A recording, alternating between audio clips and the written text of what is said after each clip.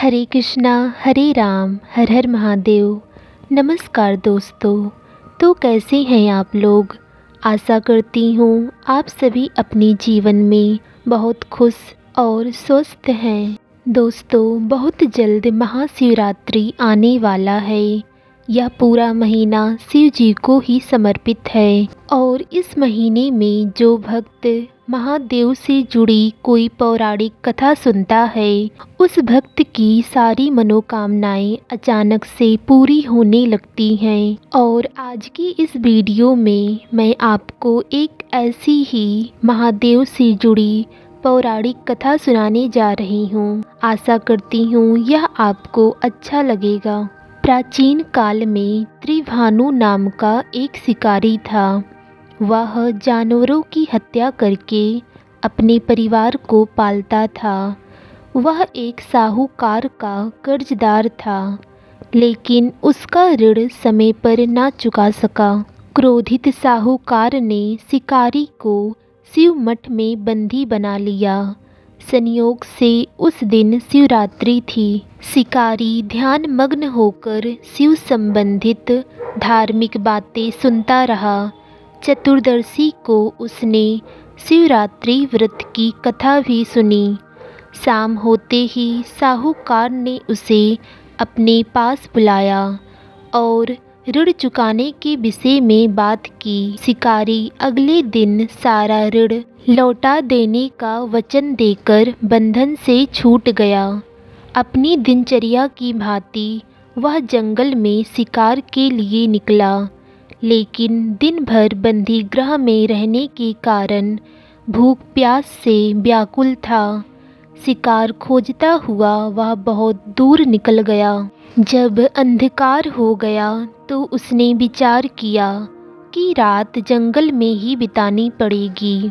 वह बन के एक तालाब के किनारे एक बेल के पेड़ पर चढ़ गया और रात बीतने का इंतजार करने लगा। बेल के वृक्ष के नीचे शिवलिंग था, जो बेल पत्रों से ढका हुआ था। शिकारी को उसका पता न चला। पड़ाव बनाते समय उसने जो टहनियाँ तोड़ी, वे संयोग से शिवलिंग पर गिरती चली गईं। इस प्रकार दिन भर भूखे प्यासे शिकारी का व्रत भी हो गया और शिवलिंग पर बेलपत्र भी चढ़ गए। एक पहर रात्रि बीत जाने पर एक गर्भवती हिरनी तालाब पर पानी पीने पहुंची। शिकारी ने धनुष पर तीर चढ़ाकर ज्यों ही हिरनी को मारने के लिए तैयार हुआ, तो वह गर्भवती हिरन बोली कि मैं गर्भवती हूँ, शीघ्र ही प्रसव करूँगी। तुम एक साथ दो जीवों की हत्या करोगे तो ठीक नहीं है। मैं बच्चे को जन्म देकर शीघ्र ही तुम्हारे समक्ष प्रस्तुत हो जाऊंगी, तब मार लेना मुझे। इतना सुनने के बाद शिकारी ने अपने तीर को रख दिया और हिरनी जंगल में झाड़ियों में कहीं लुप्त हो गई। तीर चढ़ाने पर ढीली करने के वक्त कुछ बेलपत्र शिवलिंग पर टूटकर गिर गए। इस प्रकार उससे अनजाने में ही प्रथम पहर का पूजन भी संपन्न हो गया। और कुछ ही देर बाद एक और हिरनी उधर से निकली। शिकारी की खुशी का ठिकाना ना रहा।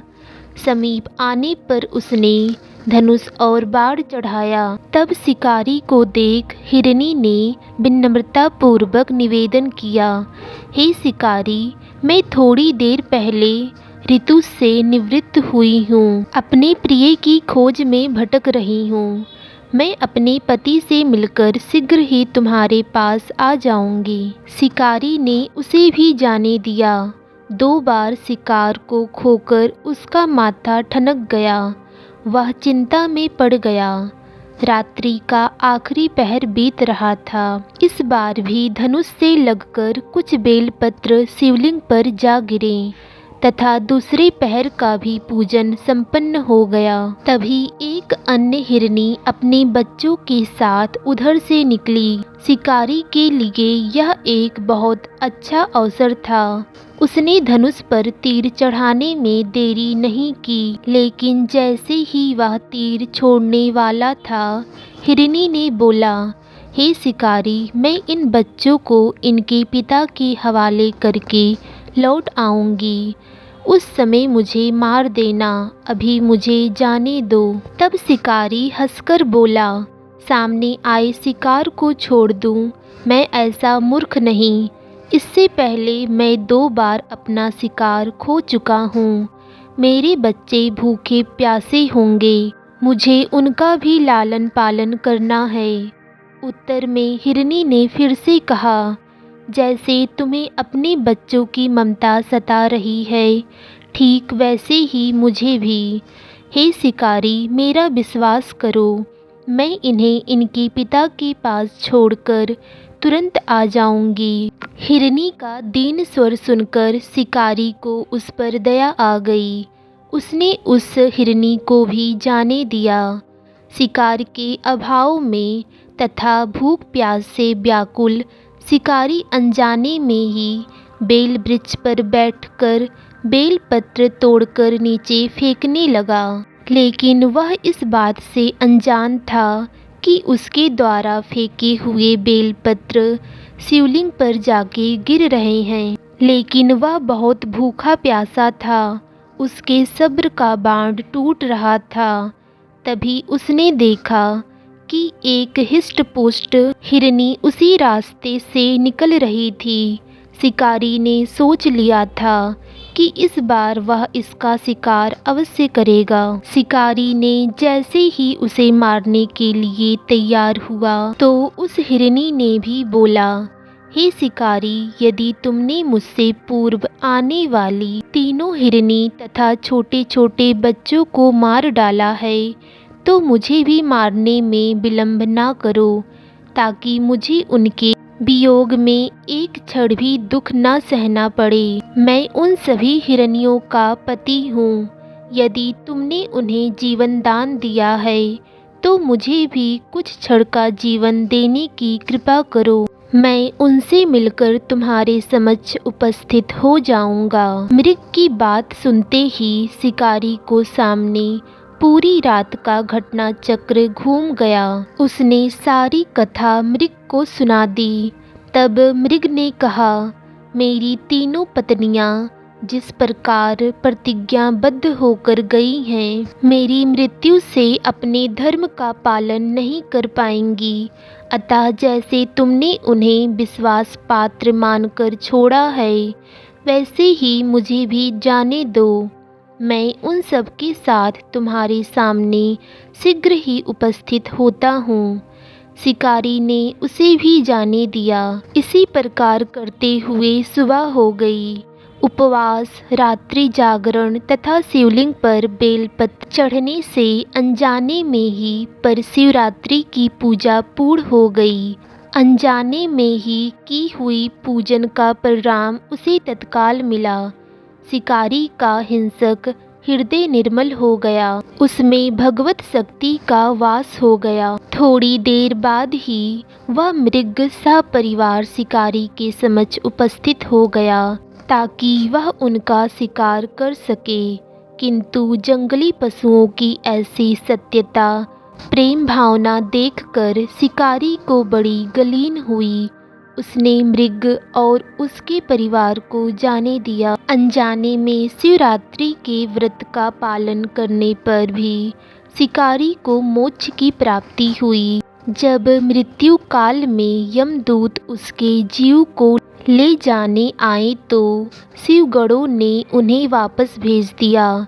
तब शिकारी को शिवलोक ले गए। शिव जी की कृपा से ही उस शिकारी ने इस जन्म में राजा चित्रभानु अपने पिछले जन्म को याद रख पाए तथा महाशिवरात्रि के महत्व को जानकर उसका अगले जन्म में भी पालन कर पाए।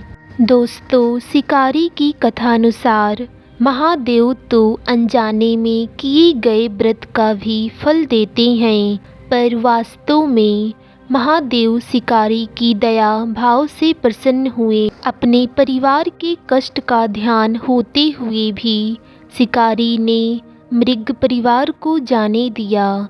यह करुणा ही वास्तव में उस शिकारी को उन पंडित योम पुजारियों से उत्कृष्ट बना देती है जो कि सिर्फ रात्रि जागरण, उपवास, योम दूध दही, योम बेलपत्र आदि द्वारा शिव को प्रसन्न करना चाहते हैं। इस कथा में सबसे महत्वपूर्ण बात यह है कि इस कथा में अनजाने में हुए पूजन पर विशेष बल दिया गया है। इसका अर्थ यह नहीं है कि शिव किसी भी प्रकार से किए गए पूजन को स्वीकार कर लेते हैं अथवा भोलेनाथ जाने या अनजाने में हुए पूजन में भी भेद नहीं कर सकते हैं। वास्तव में वह शिकारी शिव पूजन नहीं कर रहा था। इसका अर्थ यह भी हुआ कि वह किसी तरह के किसी फल की कामना भी नहीं कर रहा था।